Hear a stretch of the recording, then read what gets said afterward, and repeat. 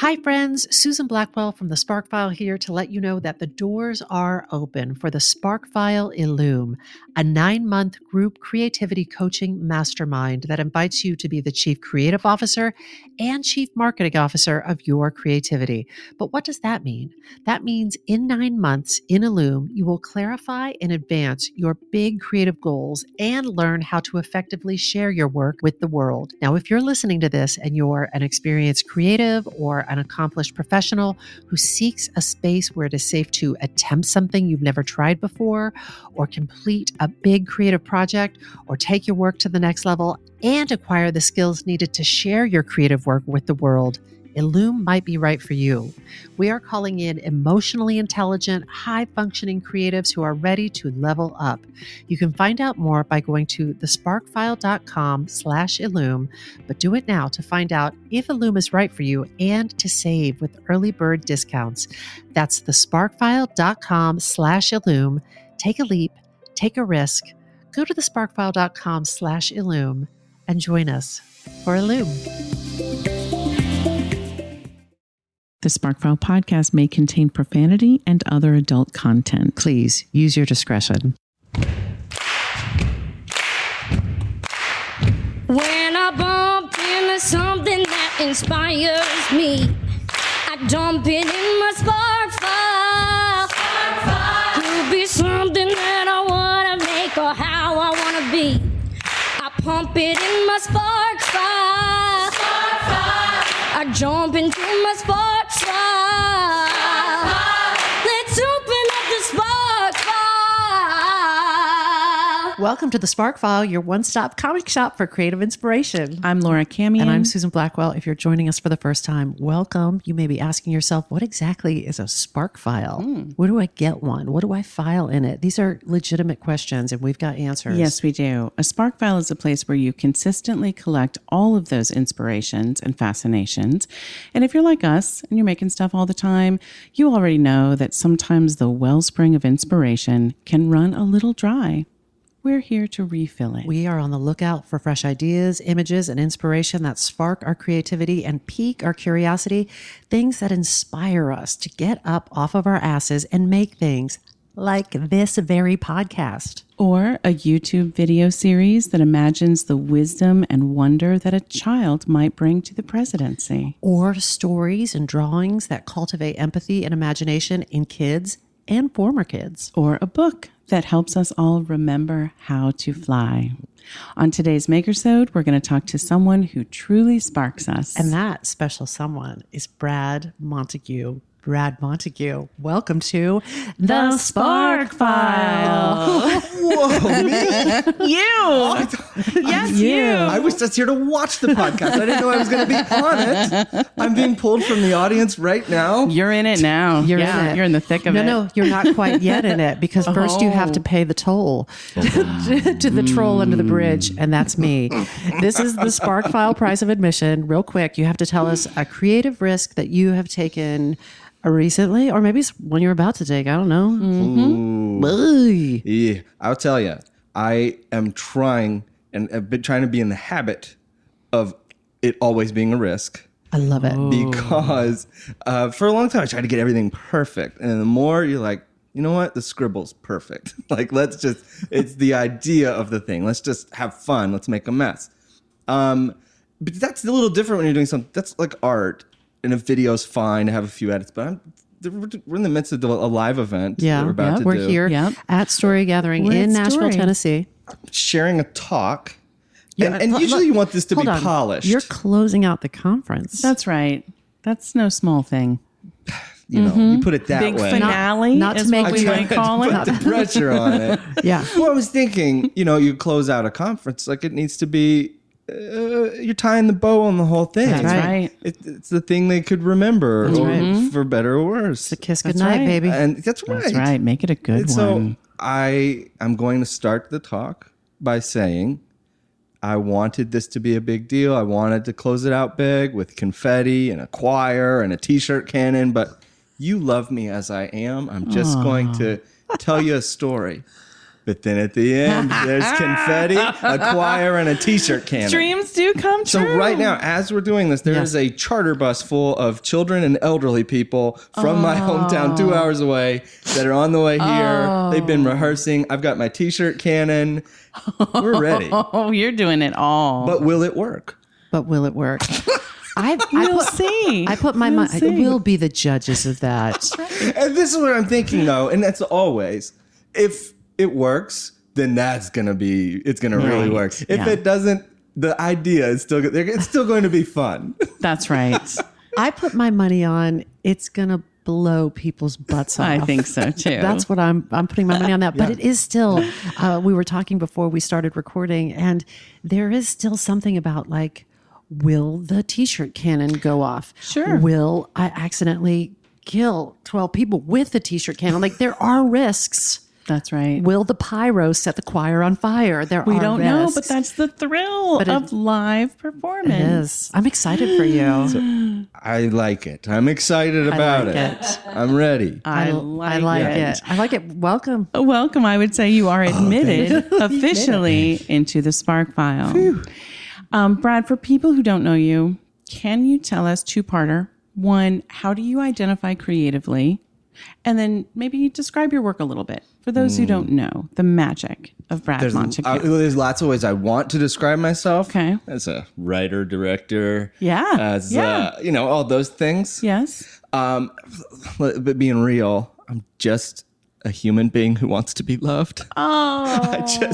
I'm just trying to make things. I feel you. So at the heart Please of like your me. work. It's really, no, it's sad. It's sad. But you do this beautiful thing. Please you like have me. made these stickers. Yep. You know your stickers Yeah. that say, what do your stickers say? I'm just a human being who wants to be loved. And then you can take these stickers. I'm just a human being who wants to be loved.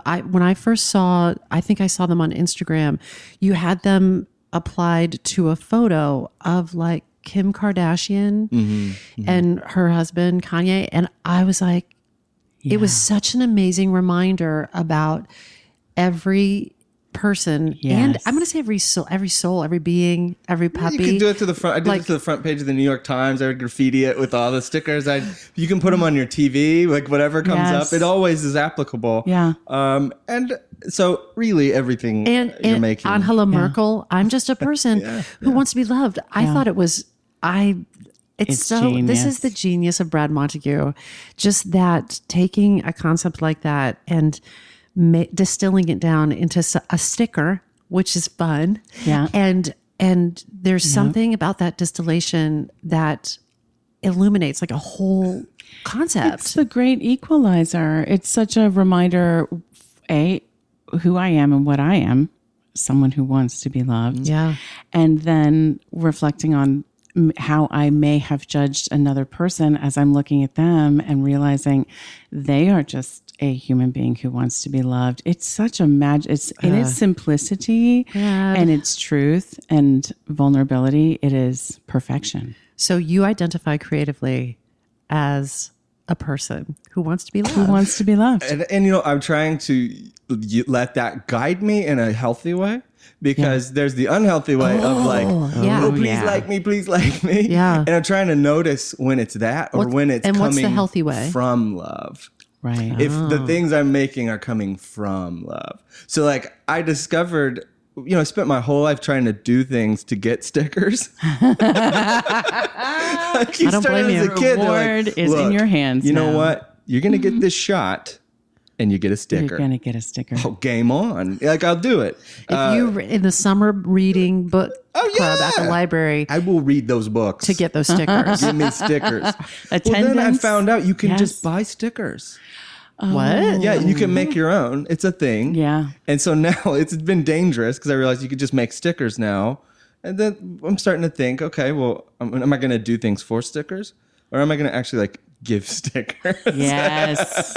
Yes. It's my currency. I think, Brad, in a life well lived, a little bit of both. A little bit of both. A little bit of both. Yeah. Hey, I just want to point out, though, I'm intrigued by this concept of, just being careful about pursuing that love.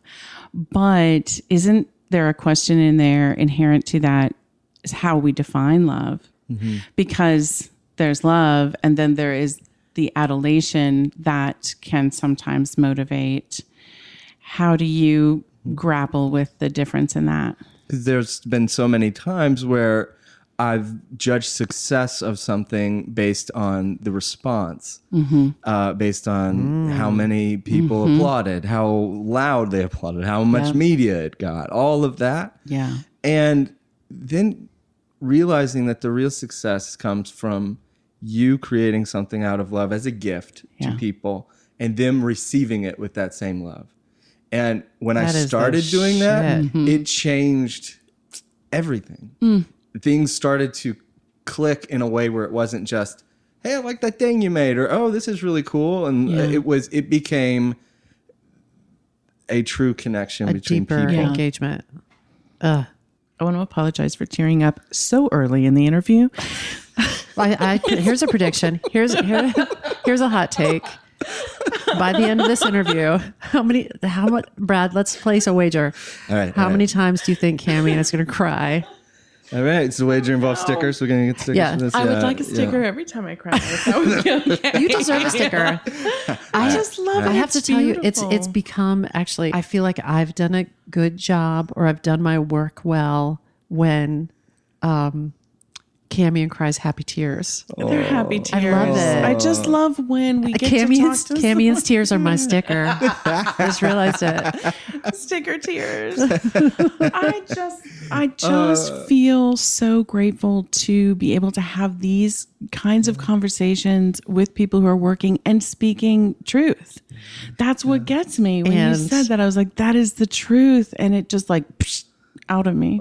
He pressed your sponge. He totally pressed my sponge. To be even more direct, I think that there's something about talking to you, Brad, because we both admire your work so much. And we do feel like it speaks straight from your heart to our heart. Yep. So I think that also may be the reason why. Couple extra tears for that. Turn on the waterworks Grateful cams. for your tears. Tell us more about the work that you do, the things that you have made. Yep. So I have created a web series called Kid President that came out of we'd been working with junior high and high school students, and I'd been seeing all the ways that they were just doing stuff. Everybody else would complain, and kids are like, I'm going to start a sock drive for the homeless. I'm going to send a bunch of glasses to people. I'm going to, not glass. Yeah. Glasses, eyeglasses. Bags of broken glass. Bags of glass. So helpful. Teenagers are complicated.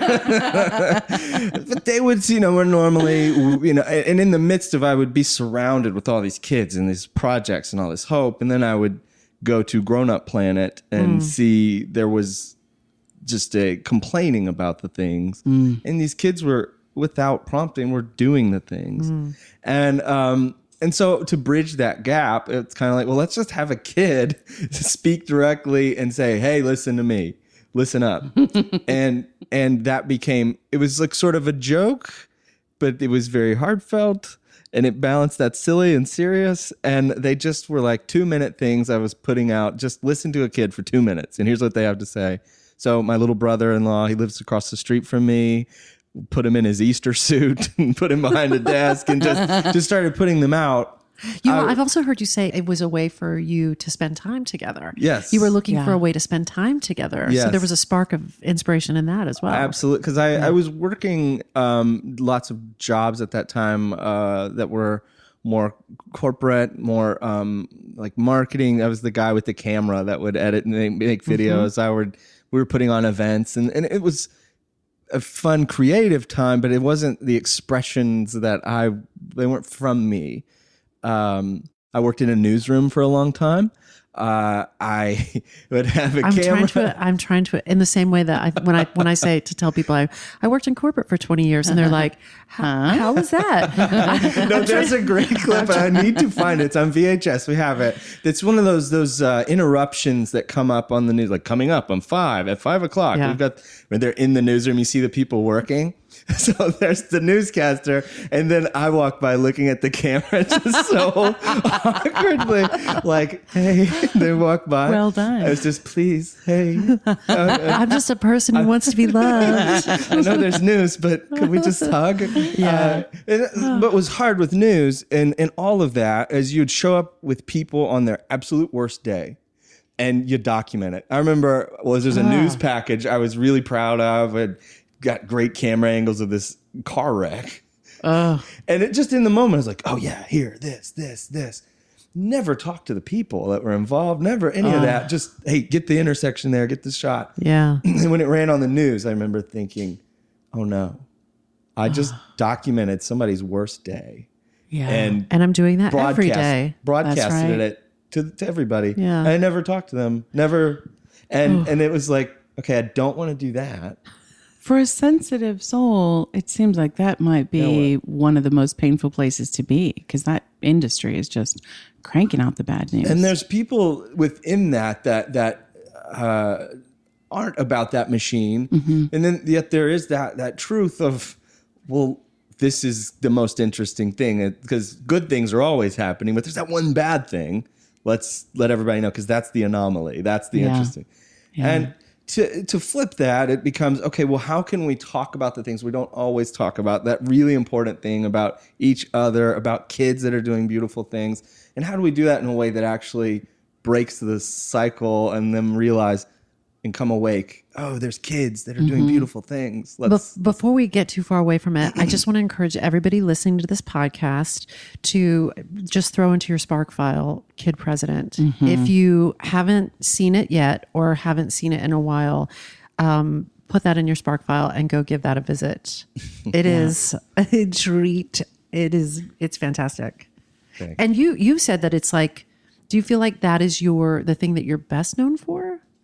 Yeah, usually people don't know that there was a person writing or making them. They think that it just appeared. This like unicorn child appeared and started making the videos. Art does. No, just all arrives. children are amazing and all that, but I think, but That's sophisticated content. but I have been somewhat hidden in the backgrounds of everything, hiding. Everything I've made, I had some proxy deliver the message.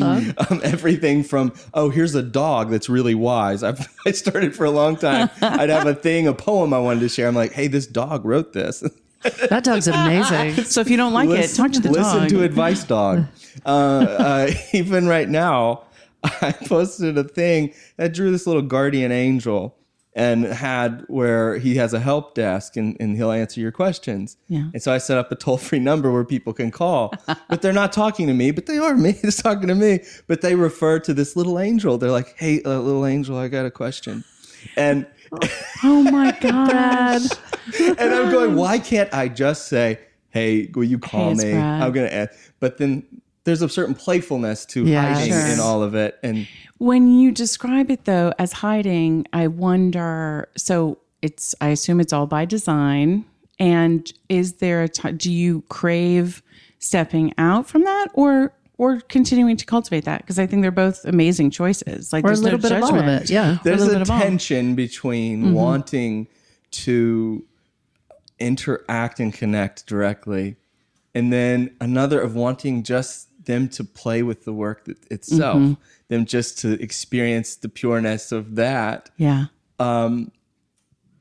There's a moment, I think we may have talked about this at some point. We created this project in our neighborhood called Socktober. It's like, okay, how do we take care of our neighbors who are homeless when they're preparing for cold weather? So it's just a simple thing. Socks are one of the least donated, most needed items. We started a drive. And then it's grown over these. This is the 10th year. So every year there's like drives in different parts of the country, the world, even every continent. There's October drives. I was on an airplane and this man's like, so what do you do? And I was like, I make silly YouTube videos. And then he said, oh, that's really neat. They're about kids and grown-ups working together to make the world a better place. And we sat there and he's like, okay, that's great.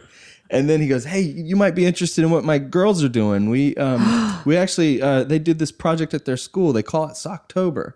And he's like, when I went to the shelter with them, and he starts showing me pictures.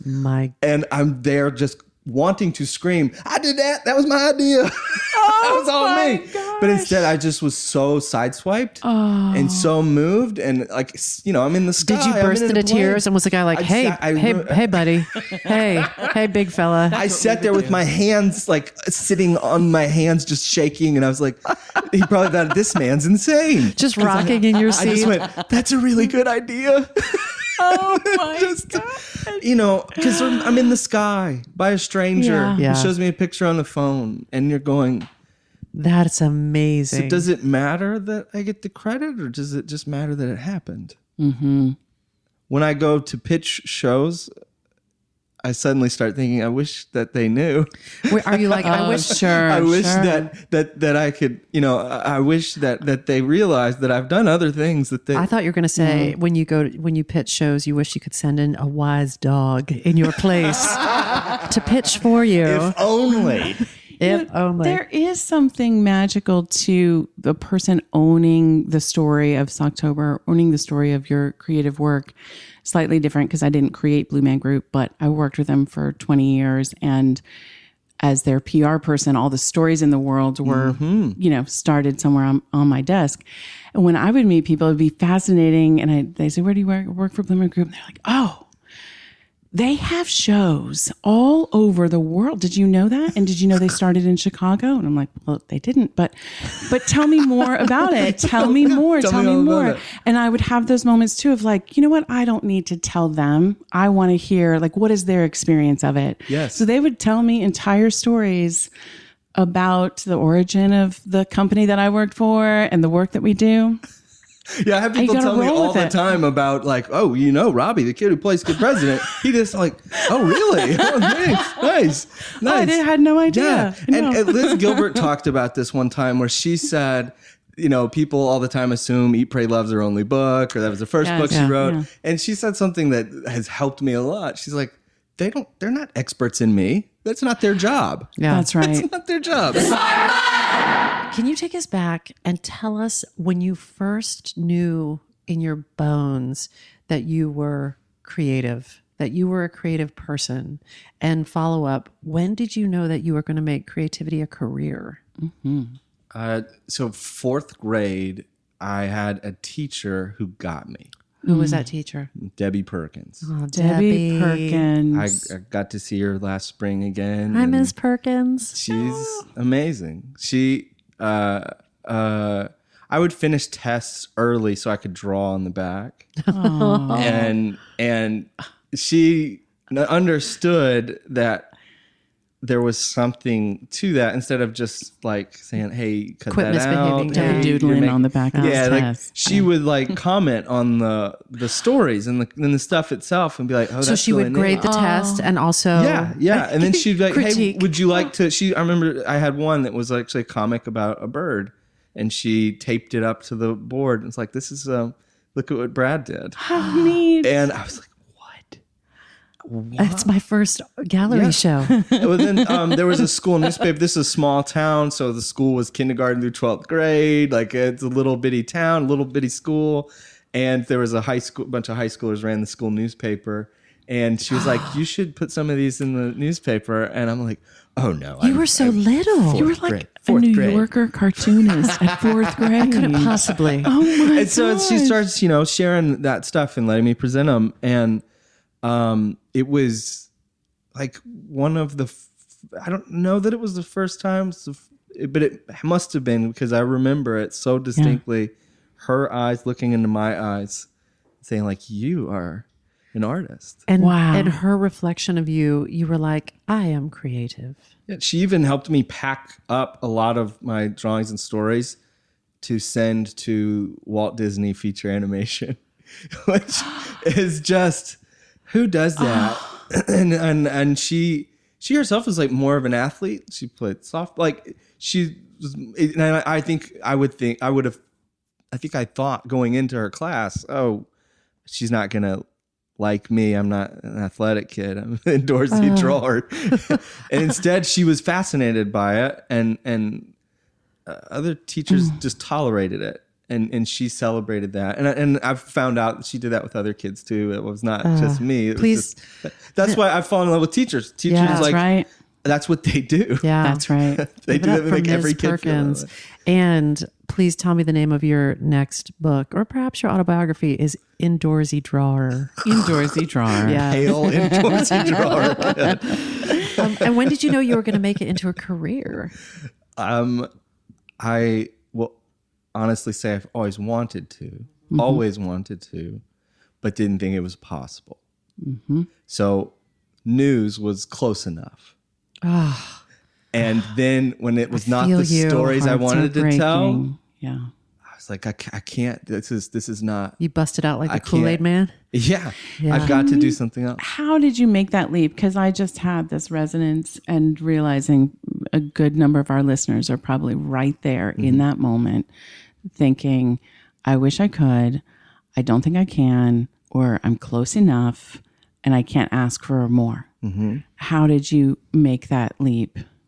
It took for me, like how Robert Frost talks about the poems are lumps in the throat. They began as like a lump in the throat. Does Robert Frost say that? All the time. Every time you see him, that's what he says. God. He's Rob. Yeah, Rob. Actually, he's not alive. I never met him. I like you're calling him Rob. Rob. Like your homies. Listen, Yeah. But poems start as lumps in the throat. As lumps in the throat. This thing, this pain that you got to share or else. Yeah. And I am deeply insecure. And yet somehow the need to share things got so strong that I had to do it. It trumped your insecurity. Yes. Yes. And not that these were like things that were traumatic experiences I need to share, which those are real. It was like there was this joy, this like in this environment I wanted to live in, this space I wanted, these colors I wanted the world to see, these songs, like this feeling I wanted people to feel I wanted in my life. It's like I just got it. I know that, okay, I'll work from 9 to 5 and do that, but when I get home and on the weekend, we're gonna like make something ridiculous. Yes. Get our friends together, make something dumb. Let's do this. Was there a long time where you're sort of like, I'm two-timing it. I'll work that salaried position, and then evenings, weekends are mine. That's making time. And then did an inversion occur? For a very long time, that's what it was. Yes. It was this like, and some people call it like a side hustle, right? But it was really just more of an extension of, okay, I'm finally doing the things I love. Like I'm creating this atmosphere that I want to live in. And it overtook everything because we had this video go viral. And we had done maybe 20 videos at that point online. And I thought that's the biggest success it's ever going to get. And then I did what I thought was going to be the last one. It's this pep talk. It's going to just be like kind of the closer. And instead that became the beginning. Wow. I relate deeply to this. And I think I speak for Baby Cams. I feel like you do as well. There was a long decades where I was, corporate by day, creating on evenings and weekends. And there were days where I was corporate by day, performing on Broadway by night. I mean, it took me a long time for that inversion to occur. And I will say this, it makes this chapter of life where it is kind of all creative all the time so sweet. And I do not take it for granted. No, I absolutely. I felt like suddenly I became plucked out of that. Yeah. And in moments where I thought that's the end of the story, we're done, there were people who had resonated with work we had created who were scooping me up constantly going, no, this matters. We still need you out here. We still need you on the field. Come on, keep making stuff. Get in the arena. There was a big point where I thought, okay, like I'm done. And then it was a bunch of elementary school teachers that started going like, hey, what you do is a big deal to my students. It matters. Will you talk to our students? Will you come do this thing? So I started writing stories that could be shared in classrooms and started doing that and finding this whole other way to do what it suddenly came so natural. And it was like Was the public speaking comfortable? At first it was not. And then it became because at first public speaking was not comfortable because I thought I have to give a talk. Yeah. Just like everybody else's talk. There are all these people that are talking. And what if I told you that there's a way? Yes. Exactly. Yeah. Okay. So I actually, one of my early jobs was being a motivational speaker for a website called monster.com. Remember Monster.com? Yeah. Yes. So they had this program where they would train you and then you would go to schools. And I don't know what it was, but I felt like this is out. It felt like this will be some way to grow, express, to do something. And they had the script and they threatened you, if you go off script, there are people in the audience that are spies, like they're going to report this back to you. It sounds great. And so I then start traveling. I'm reading these scripts and it wouldn't work. And then I would go off a bit and then that's when it would connect. Yeah. And I learned a huge lesson in owning what I needed to say instead of taking the thing that was handed to me. Yeah. So when it came to speaking, it's like, okay, I'm not going to do a talk. I'm going to do my talk. You're killing me. There's so much. I do. I relate to that deeply as well. Just that desire as an interpretive. I was an interpretive artist for so long, and I feel like my true joy and engagement has come. This isn't for everybody, but if it is knocking on your door, the joy of engaging with people with things that come from within you is, it's sort of like next level to me. It is. And like that. The belief behind that your voice and that your words have as much significance, importance, need to be in the world as the script that you're handed. As that monster.com As that script. monster.com script. I'm sure it was wonderful. And I mean this sincerely. Whoever crafted that, kudos to you I too. still remember part of it. There's actually a good part at the beginning. It's like all successful people have two things in common. That's what I'm talking about. I would pay you $1 million to just bail on what you're going to do at Story this afternoon and do your monster.com and then script. end with the t-shirt Canon choir. And yeah. It'll get you there. People would be like, clap. But those Question t-shirts were great. Great t-shirts. Your work is so full of joy and love. Where does that come from? That's a good question. I recently have been on a quest of sorts to figure out what is the kind of grown-up I want to be. What's the kind of adult I want to be? And for a long time, I had a list of what I didn't want, of how not to do it. Got it. Of that looks depressing. That looks dark. That looks like you have a lot of regret. Is there a way to walk through this brighter? So I first started spending time with kids, and kids are what gave me life. Yep. So spending time with junior high school kids, like with their service learning projects, and we started a camp. And then I started interviewing 3rd, 4th, and 5th graders and asking them at the end, how can I be a better grown-up? And Wow. They would literally tell me. I would show up with like tape over my mouth and be like, I'm not going to talk. I have a grown up that you can just talk to. And they would tell me about, well, you should do what you say you're going to do. What kinds of things would you hear? Do what you're going to say. They would say, well, sometimes they'd be silly and be like, oh, you should not wear that shirt. Or you should do whatever. Because then they're like seeing if I'll really take it. And then I'm like, okay, well, yeah.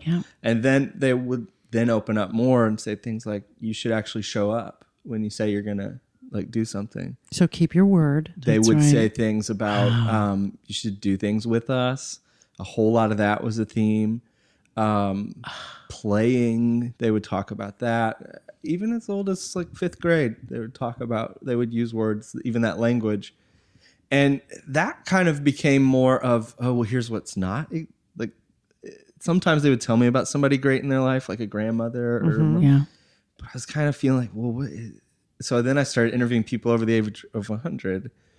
And that, I can't tell you how much that shifted everything. Because I suddenly had an image of a North Star of, oh, I want to be like him. Oh, yeah. Like I want to have the eyes full of wonder. What may I ask? What questions were you asking, and what answers were you receiving? I would first ask them. I'd say, "Look, I am a dad. I have a 4-year-old, 6-year-old. I don't know what I'm doing, and you have grown up. Yeah. How did you do it? Like, what's your family like? Do you have any regrets? How can I get to the point you're at now and be at peace, be happy?" And what I found was that the people who were willing to talk with me or bring me in had a lightness about them that was just like the 4th graders. That somehow, whether they'd been through junk and then they forgot it and let it go, or they held on to that, but they became more childlike at the end and were in this space of just gratitude and awe. And so that was the massive theme at the end there, as I'm spending time with them, was this whole way of, even like one lady was 103, done incredible things in her life. She spent the whole time just grabbing my arm, grabbing my leg, just being like, "That's my girl. That's my girl. Wow. We're here." She go, "Wow, we're here." And then she kept saying, "Now, where'd you grow up?" "I grew up in New York, and here we are, right here, right now." Like, this doesn't make sense. Just constantly, whoa, wow, wonder, we're and here. awe. Yeah. And I want that. Brad, did you take all of these sparks that you were harvesting from 4th graders and under and 100 and over? Have you made something out of that? It started as, I don't know what I'm doing. I don't know what this is, but it's helping me. Like, I think this is therapy. This is some form of something. I began recording them, doing drawings afterwards, like this whole piece. And then it ended up taking shape into a book. And the book's called Becoming Better Grown-Ups. And it's about what I learned from kids and former kids about how to actually do this life thing. It's on the brink of being available, right? It's not available just yet. Are we on the brink of launching? The album drops April 7th. Yes. April 7th? Yes. 2020? That's right. I'm trying to see, this is what I'm trying to do. A lot of people release books, but like, I think we only get excited about albums dropping. Like, So you're going to drop books. my book's dropping. It's like a mixtape. I should release a mixtape with the book. I'm feeling a synergistic marketing campaign where you bundle, let's say, 100 books and just drop them literally on major cities.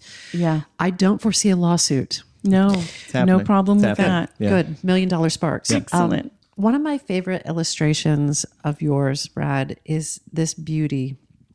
It's a Spider-Man mask. It has little flowers around it and a little caption around it. And it says, "No rain, no showers, no spider bite, no spider powers." And we've even discussed it here on the podcast. And it was the title of one of my sparks. And the spark is a dark spark. It's a spark about people coming back from trauma and healing and doing it in a way that is kind of mind-blowing. But I feel like that I kept coming back to that quote: "No rain, no showers, no spider bite, no spider powers." And it just like rocked my pants. Can you tell us, what spider bites have you gotten and what powers did they give you? I feel like a lot of the people that I respect and that I see that have that exuberance, that joy, that lightness of moving through the world. When you really start talking to them, you realize that they're on the other side of something. I feel that way. Heavy. And then you just suddenly, you're like, what? This makes less sense now. Give me a sticker. I'm crying. I feel that way. And it helped me understand that all those moments when I feel like I don't belong at the table, or I feel like I'm not enough, I feel like I'm not any sort of hurts that have piled up over the years, little paper cuts that have turned into deep wounds, there can be a creative response to anything destructive if it's in the right hands. And I think everybody has that ability. Every person, no matter what, like junk, we have this ability to transform that into something beautiful in spite of it. And so for me, it's always been saying, okay, this is going to be, my life is going to be a joyful rebellion against what is to create what could be. And in the midst of any sort of melancholy, any depression, any anxiety, any of that, I'm not going to hide it, not going to tuck it away. I'm going to march through it. Yeah. And because I know on the other side, I'm somehow going to be brighter if I really lean into it. I love it. I really do believe in this life. This life that is sometimes awesome and sometimes nawesome, which is the opposite of awesome. I feel you. Here we are living this life with those nawesome parts. If we have to live through them, at least maybe we get to make something out of it. That's maybe right. something that's beautiful, maybe something that's funny, maybe something that's of service to the world.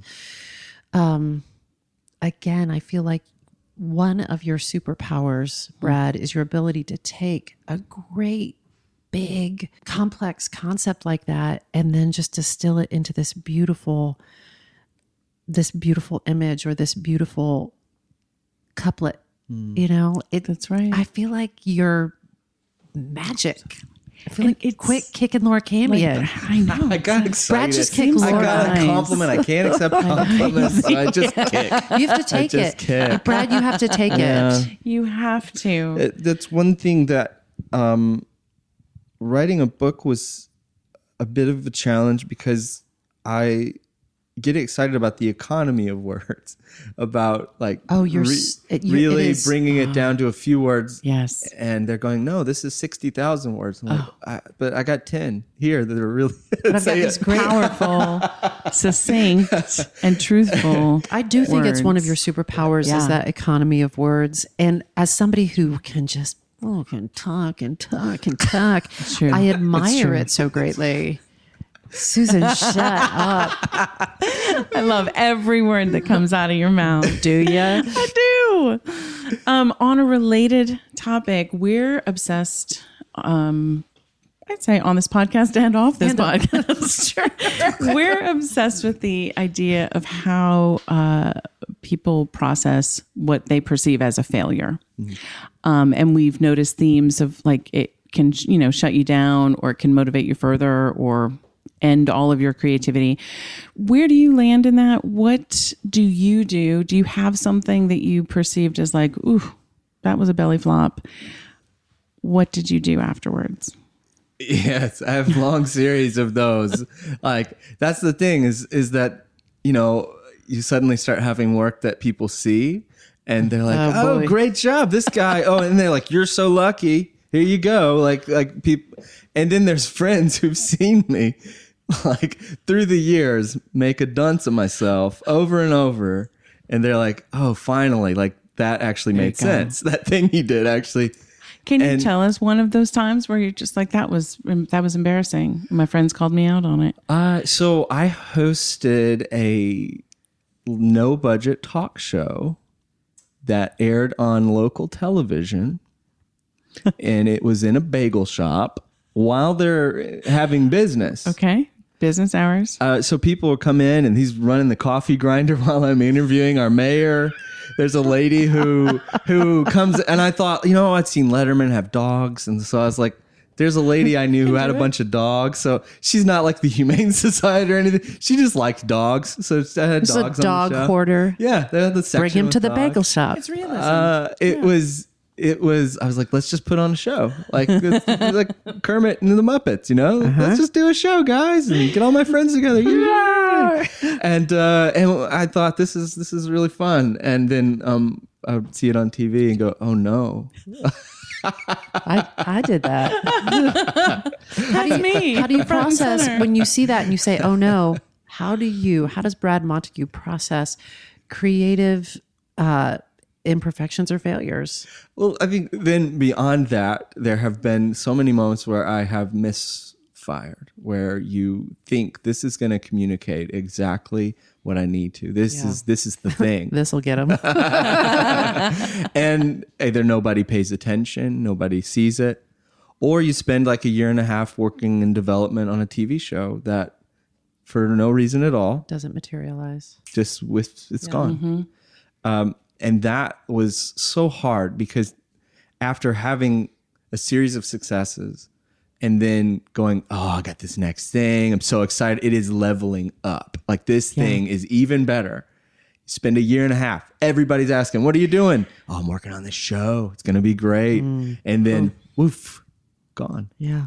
And all the work, everything you did will never be seen or shared. It will never exist. And so then I'm sitting there going, did I waste all my time? Am I done? Am I gone? And all of those moments where you think that's the end of the story, remembering that that's not. That's right. And it going back to the whole idea of doing things for love or from love, it became a moment of me really searching, going, okay, well, I have a circle of love around me of friends and family that I should feed and nurture, that should, and then let's just take care of that and let's see what grows from that next. And that is not fun. Do you have to grieve the loss of the shelved project or? I should. You should. We all should. Yeah. I actually have a friend who's You're like, I brilliant at like that. to skip over it. I think so. I have a friend who his name's Kyle Sheely, and Kyle is an artist who makes things out of cardboard. I love scrappy, I love that. And he, he's done this a couple of times, but when he turned 30, he had a big Viking funeral for his 20s, and he burned a giant ship. And he's doing a thing right now where people can have sent him. He has them write down a little card, their regrets, their all that stuff. And he rented a warehouse to build a giant Viking ship with dragons on it. Cardboard. And is going to light the baby on fire. All the Kyle regrets will be Sheely. on board. Kyle Sheely. Yeah, it's a big Viking funeral that's for a spark. the That's people we used to Yeah. Wow, for the wonderful. people we used to be. be. Yeah, That's wonderful. Of all the things you've created thus far, what's the thing that you're proudest of? Oh, this is so. Oh, this is cheesy. We like Say it. I cheesy. was gonna say my kids. Oh, that's not That was the first cheesy. thing. You know, it'd be There's a amazing lo- because you're amazing. Your wife Yeah. Christy is amazing. It'd be amazing if your kids were both dicks. That would be amazing. But I bet they're not. I bet they're really great. I bet they're really great. Oh yeah. They are just straight up magic. They are straight up magic. One of the things that I feel like is a gift that I'm finding and want everybody to have is where you have people who love you around you, and you make something and they look at you and go, "That's you. That looks like you." They see you. I love it. And the people who can say that wasn't you. I love it. And recently there have been some folks who can say that sounded like that's the guy I know. and I want to be that more. I love that. I can't help but think about the gift you're you and your wife are giving your kids in just being so conscious about how can I be a better adult. And I'm sure that encompasses how can I be a better parent as well. That's a gift. That's a gift. I just want to acknowledge that. It's pretty amazing. Would you be interested in adopting 2 fully grown women? We got a lot of life left in us. We got a lot of life. We could really use it. Come on, we got room. We got room. Oh my God. We're Montagues. Is there a creative thing that you know you need to do before you're done? Oh. Tell us what it is. Oh.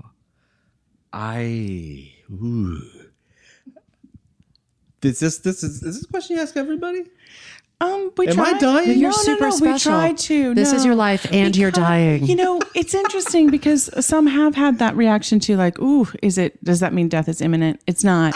It just means like, is there something you'll regret not doing? If you get to 104 and you look back and you're like, damn it, there's that one thing I didn't do. Yeah, I have been obsessively thinking about this for a long time.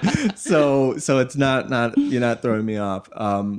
It's just there are so many things that I hope for. I hope that there can be a library of things that I'm proud of. I want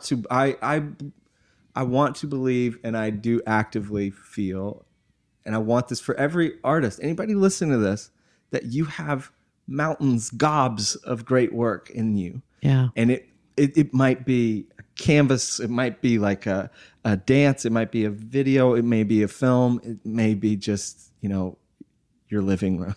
Yeah. But there's so much in you. And so my hope is that when it's said and done, there's just like a long pile of, whoa, look at that. It's bright and it's a mess, but it's my mess. Yeah.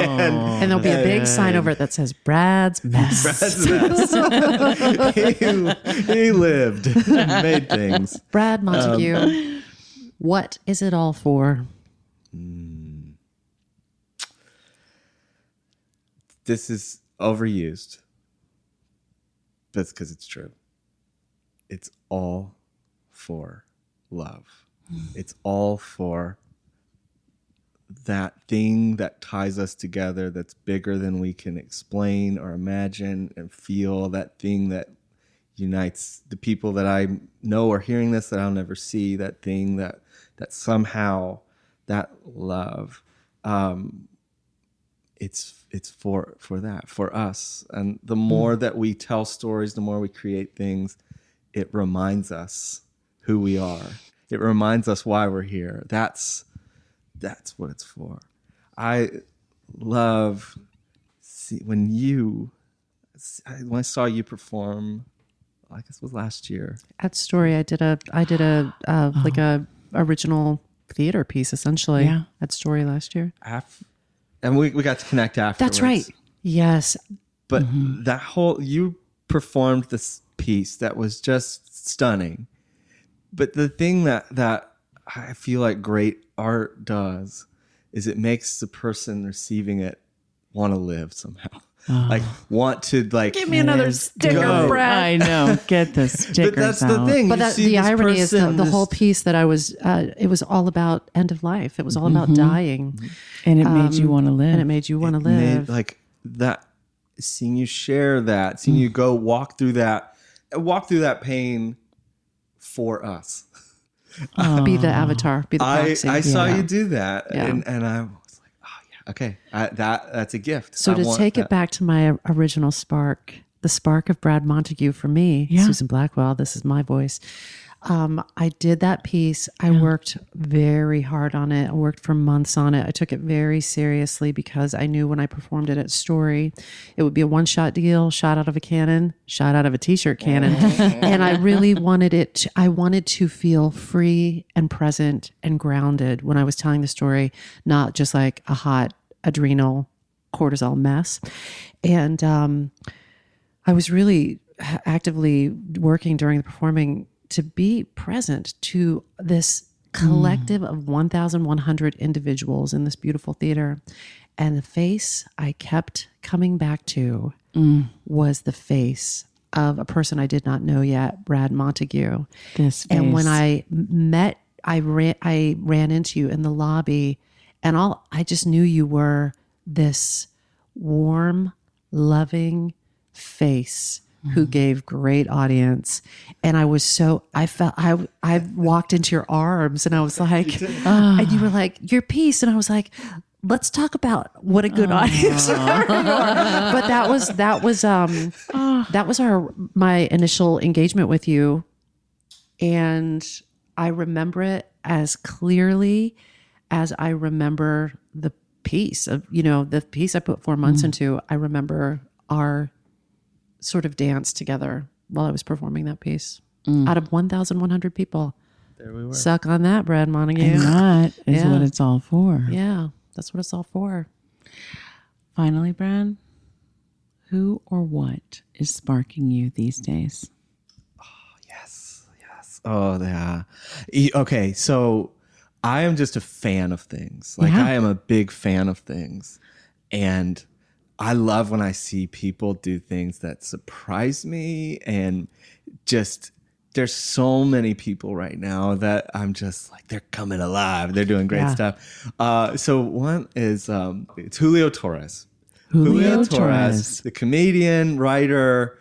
This guy, he has a show, Los Spookies, on HBO. With Fred Armisen. Yeah. Insanely original, and his special, My Favorite Shapes, he is just doing what delights him, and it makes me so happy to see him happy. What a good spark. He is so... Do you know this person? No, and I would melt if I saw... He just is so fun. He makes me laugh in ways I didn't know I could. Another thing that makes me laugh too, that I love right now, that just...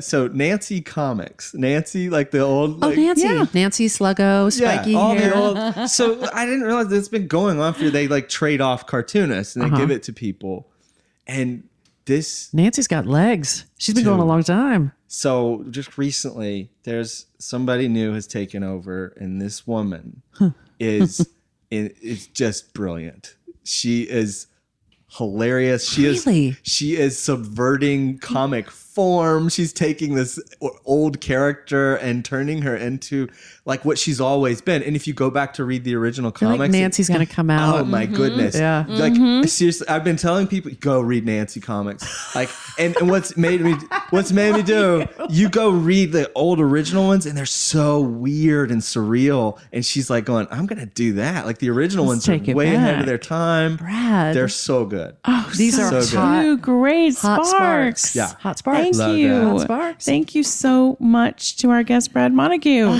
That's it. We hope this put another gang of sparks in your file. Listen, if there's a spark you'd like us to explore, or if you've taken a spark and fanned it into a creative flame and you'd like to share what you've made, email us at thesparkfile@gmail.com or submit it through our website, thesparkfile.com. We'll even take your feedback, but you know the price of admission. First, you got to share a creative risk that you've taken recently. And be sure to subscribe to this podcast wherever you get your podcasts. Subscribe, rate, 5-star review it. If you like this podcast, share it with people you love. If you didn't like it, I want you to take your smartphone you're using to listen, and I want you to put it on a floaty and then build a Viking ship out of cardboard, send it to the center of your above ground pool, and set the whole thing on fire. Give this podcast the proper Viking burial it deserves.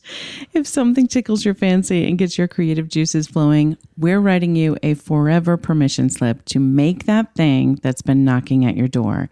It's your turn to take a spark and fan it into a flame. You got to doodle it. You got to strawberry cream cheese strudel it. You got to get your grooming license and fully standard poodle it. You got to take it and make it. Bye. Bye, everybody. Bye, Brad. Bye. Stickers for everyone. Stickers for everyone. When I bump into something that inspires me, I dump it in my spark file. Could be something that I wanna make or how I wanna be. I pump it in my spark file. I jump into my spark file. Let's open up the spark file. Hi, friends. Susan Blackwell from the Spark File here to let you know that the doors are open for the Spark File Illume, a 9-month group creativity coaching mastermind that invites you to be the chief creative officer and chief marketing officer of your creativity. But what does that mean?